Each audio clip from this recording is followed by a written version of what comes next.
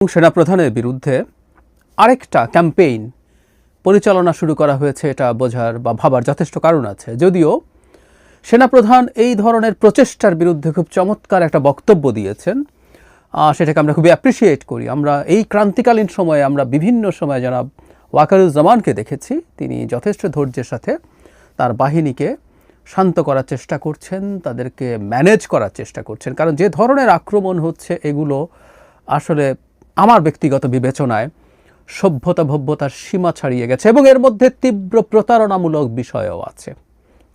আমি দুজনকে নিয়ে একটু কথা বলতে চাই। এর মধ্যে জনাব হাসনাত আবদুল্লাহ টার্গেট করেছেন সেনাপ্রধানকে এবং অত্যন্ত বিভৎস একটা মিথ্যা জিনিস দেখিয়ে, মিথ্যা জিনিস দিয়ে তিনি এই চেষ্টাটা করেছেন। ভয়ঙ্কর একটা প্রতারণা এটা।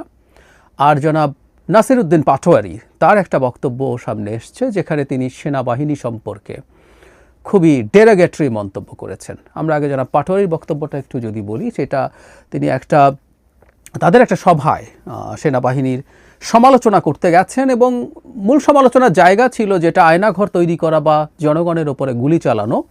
এই সমালোচনাগুলো আসতে পারে, আমি এটাকে একেবারে খারিজ করে দিচ্ছি না, এটা সত্য।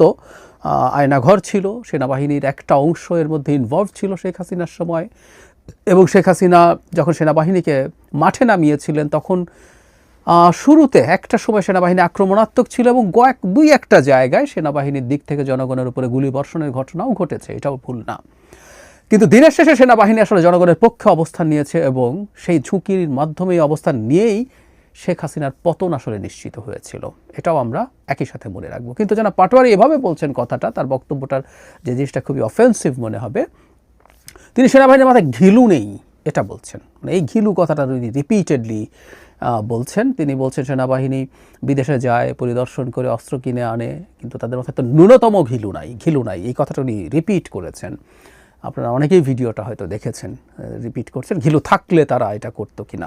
মানে তার বক্তব্য নিয়ে ওই যে শুরুতে বলেছি যে এই ধরনের একটা আলোচনা বা বক্তব্য তিনি আনতে পারেন, কিন্তু তিনি উস্কানি দিচ্ছেন, আক্রমণ করছেন, তাচ্ছিল্য করছেন, বিদ্রূপ করছেন, এগুলো খুব খারাপ জিনিস।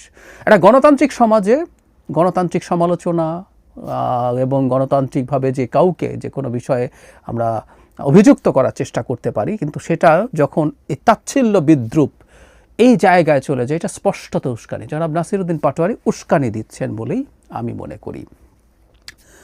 জনাব হাসনাত আবদুল্লাহ তার একটা বক্তৃতায় মোবাইলে একটা ছবি দেখান সেনাপ্রধানের, সেই ছবি দেখিয়ে তিনি বলার চেষ্টা করছেন যে সেনাপ্রধান এই অনুষ্ঠানে গিয়ে নাকি একটা দলের পক্ষে ক্যাম্পেইন করছেন এবং তিনি দাবি করছেন, বিদ্রূপ করে তিনিও বলছেন এটাও মেটিকুলাসলি ডিজাইনড কিনা, এবং এই মেটিকুলাসলি ডিজাইনের কথাটা খোঁচা দিয়েছেন কারণ তিনি এরপরেই এই বক্তৃতায় ডক্টর ইউনূসের সমালোচনা করছেন। তিনি বলছেন এই অভ্যুত্থানের পরে যাকে রাষ্ট্রপ্রধান বানিয়েছেন তিনি লন্ডনে গিয়ে সেজদা দিচ্ছেন। অবশ্য রাষ্ট্রপ্রধান কথাটা ঠিক না, হাসনাত আবদুল্লাহর এই ধরনের ভুল না করাই বেটার হতো, তিনি সরকার প্রধান, কিন্তু লন্ডনে গিয়ে সেজদা দিচ্ছেন। মানে এগেইন ডক্টর ইউনূস লন্ডনে গিয়ে তারেক রহমানের সাথে বৈঠক করেছেন, সেটা নিয়ে তাদের অসন্তোষ থাকতে পারে, অসন্তোষ আছেও, সেটা তারা আগে অফিসিয়ালি স্টেটমেন্ট দিয়েছে, কিন্তু সেজদা করেছেন ধরনের বক্তব্য দেয়া এটা অত্যন্ত ডেরাগেটরি এবং রেড লাইন ক্রস করার মতো ব্যাপার। কিন্তু যেটা সবচাইতে জরুরি, যেটা আসলে সবচেয়ে ইম্পর্টেন্ট, সেটা হচ্ছে তিনি একেবারে মিথ্যার ওপরে দাঁড়িয়ে সেনাপ্রধানকে অভিযোগ করেছেন। যদিও সেনাপ্রধান খুবই সেন্সিবল বক্তব্য দিয়েছেন, সেনাপ্রধানকে নিয়ে উনি কী অভিযোগ করেছেন আমি সেই জায়গায় আসবো, কিভাবে করেছেন, কেন এটা মিথ্যার উপর প্রতিষ্ঠিত। যাই হোক, গতকাল অফিসার্স অ্যাড্রেস একটা অনুষ্ঠান হয়েছে, ওখানে সেনাপ্রধান অনেক কথাবার্তা বলেছেন, নির্বাচনে সহায়তা দিতে প্রস্তুতের কথা বলেছেন, তারা সেনাবাহিনী যাতে কোনো না কোনোভাবে অন্যায়ের সাথে জড়িত না হয় এবং একটা স্পেসিফিক কেস নিয়ে কথা বলেছেন। কিন্তু যেটা সবচেয়ে জরুরি সেটা হচ্ছে এইরকম, যখন সেনাবাহিনী সম্পর্কে নানা ধরনের কটূক্তির প্রসঙ্গ আসে তখন জেনারেল ওয়াকারুজ্জামান বলছেন এসব গালিগালাজ শুনে অখুশি হওয়ার কিছু নেই, যারা এসব করছে তারা আমাদের সন্তানের বয়সী, ওরা বড় হলে নিজেদের ভুল বুঝতে পারবে, তখন লজ্জিত হবে। অত্যন্ত সেন্সিবল, অত্যন্ত আমি কি বলবো, মানে পরিস্থিতিকে শান্ত করার মতো একটা মন্তব্য। যে ধরনের মন্তব্য করা হচ্ছে সেগুলো সেনাপ্রধানকে নিয়েও যখন মন্তব্য করা হয় তখন সেটা দিনের শেষে তার বাহিনীর যে সদস্যরা আছে তাদের গায়ে লাগার কথা। আর জনাব পাটোয়ারি তো রীতিমতো সেনাবাহিনীর মাথায় ঘিলু নেই এই ধরনের কথাবার্তা বলছেন। হাসরত আবদুল্লাহ যে কথাটা বলছিলাম, মানে এই ঘটনাগুলোর পরও সব কিছু নিয়ে শান্ত আচরণ করছেন এবং আই মাস্ট অ্যাপ্রিসিয়েট যে কোনো উস্কানি, এবং উস্কানির পেছনে পরিকল্পনা আছে বলে আমি মনে করি, এবং রাইটলি সেনাপ্রধান সেই পরিকল্পনার ফাঁদে পা না দিতেই হয়তো তার বাহিনীকে শান্ত করছেন। যেন হাসরত আবদুল্লাহ যে ছবিটা দেখেন, ছবিটা ছড়িয়ে পড়ে। সেনাপ্রধান যখন বক্তব্য দিচ্ছেন তখন একটা অ্যাঙ্গেল থেকে ধরলে বিএনপির একটা পোস্টার দেখা যায়। ইনফ্যাক্ট এটাকেই তিনি দেখিয়েছেন এবং বলছেন দলের পক্ষে ক্যাম্পেইন করছেন। কিন্তু তিনি যে স্টেজে দাঁড়িয়েছেন সেই স্টেজটা দেখুন, সেটা কাদের, এবং এই স্টেজটা দেখলে খুব ক্লিয়ারলি বোঝা যায় এই স্টেজটা আসলে আয়োজন করেছে এই প্রোগ্রামটা। আপনারা খেয়াল করতে পারছেন যে পুজো উদযাপন কমিটি সহ যারা আছে, এটা আসলে জন্মাষ্টমীর একটা মিছিল ছিল পলাশী থেকে, সেখানে এই অনুষ্ঠানটা উদযাপন করা হয়েছে। আয়োজক কারা কারা ছিল আমি পড়ছি।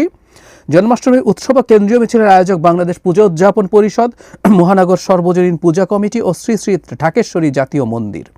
জাস্ট এর পাশে, এখানে যেটা একটা স্টেজ করেছে তার পাশে আগে থেকে একটা বিএনপির ব্যানার ছিল। সেনাপ্রধান যখন বক্তব্য দিচ্ছিলেন তার বাম পাশের কোণা থেকে ছবি তুললে ওই ব্যানারটা দেখা যায়।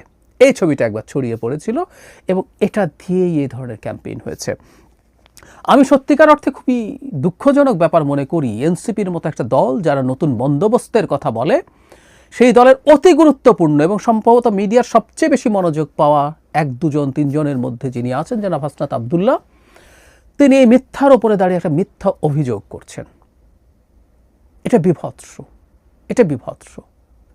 এটা এই রকম কোনো একটা রাজনৈতিক দলের কাছ থেকে আমরা কোনোভাবে এক্সপেক্ট করি না, কোনোভাবে এক্সপেক্ট করি না, কিন্তু তিনি এটা করেছেন, করলেন।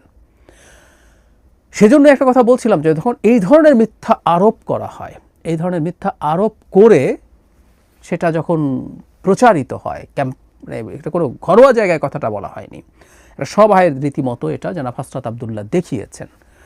ফলে যেটা দাঁড়ালো, এগুলো সব কিছুই এই বাহিনীর প্রতি এক ধরনের উস্কানি, আমি ব্যক্তিগতভাবে মনে করি সিরিয়াস ধরনের উস্কানি। এবং এগুলো কেন হচ্ছে? এক হলো এই উস্কানির বশবর্তী হয়ে সেনাবাহিনীতে কোনো অস্থিরতা তৈরি হওয়াটা কারো কারো কাছে ডিজায়ার্ড। এবং জনাব হাসনাত আবদুল্লাহর একটা স্মৃতি আমরা নিশ্চয়ই মনে করতে পারি, যিনি সেনাপ্রধানের সাথে তিনি এবং জনাব সার্জিস আলম বসেছিলেন এবং তাদেরকে তখন নাকি সেনাপ্রধান রিফাইন্ড আওয়ামী লীগের প্রস্তাব দিয়েছিলেন, তিনি সেটা ফেসবুকে এসে ফাঁস করে দেন। এবং ওইটাও একটা সিনক্রোনাইজড প্ল্যান ছিল। তার ঠিক দুদিনের মাথায় জনাব আসিফ মাহমুদ সজীব ভূঁইয়ার একটা ইন্টারভিউ, যেখানে তিনি সেনাপ্রধান সম্পর্কে মারাত্মক সব অভিযোগ করেছিলেন যে তিনি তার সর্বশক্তিতে প্রধান উপদেষ্টা হওয়ার পথে বাধা হয়েছিলেন, ডক্টর ইউনূসের প্রধান উপদেষ্টা হওয়ার পথে।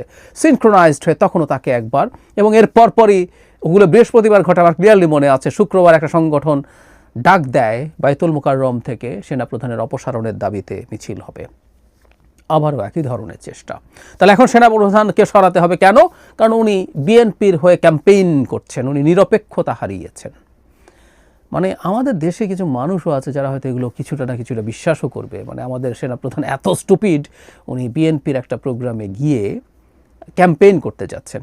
সেনাপ্রধান যে বিএনপির আয়োজিত ঘোষিত কোনো প্রোগ্রামে যেতে পারবেন না এটা না, বিএনপি বা অন্য যে কোনো কারো আয়োজিত প্রোগ্রামে হয়তো যেতেও পারেন, কিন্তু আমি বলছি যে কথাটা সেটা হচ্ছে যে প্রতারণামূলকভাবে এই কাজটা সামনে আনা হচ্ছে। এবং এই অভিযোগ, যারা হাসনাত আবদুল্লাহর অভিযোগ হচ্ছে এইরকম যে তিনি একটা দলের পক্ষে ক্যাম্পেইন করতে গেছেন, এগুলো সব কিছু আসলে সেই পুরনো জায়গা। আমি গতকালই বা পরশুই একটা ভিডিও করেছি যেখানে রাষ্ট্রপতির ছবি অপসারণ প্রসঙ্গে বলছিলাম, দিনের শেষে এটাই হলো মূল জায়গা। এবং এনসিপি যে ধরনের অবস্থান দেখানোর চেষ্টা করছে, এনসিপির অন্তত একটা অংশ আছে যারা এই নির্বাচনটাকে ভণ্ডুল করতে চায়, বানচাল করতে চায়।